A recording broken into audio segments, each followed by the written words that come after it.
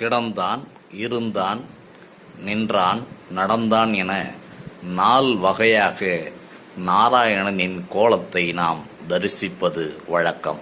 இந்த திருக்கோலங்களை தாண்டி ஒரு இடத்தில் பத்மாசனமிட்டு பெருமான் அமர்ந்திருக்கிறார் என்றால் அது முக்திநாத். பெரும்பாலும் பெருமாளை நாம் சயன கோலத்தில்தான் அதிகம் தரிசிப்போம். அவர் பாம்பனையில் படுத்திருப்பது அத்தனை புகழ்பெற்ற தோற்றங்களில் ஒன்றாகும்.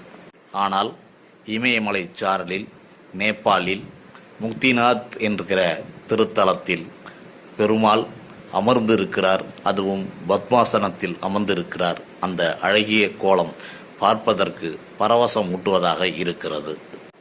பனிச்சாரலில் கண்டகி நதிக்கரையில் அமைந்திருக்கிறது முக்திநாத். அங்குள்ள நாராயணர் சால கிராம கல்லில் அமைந்திருக்கிறார் என்பது மற்றொரு சிறப்பு.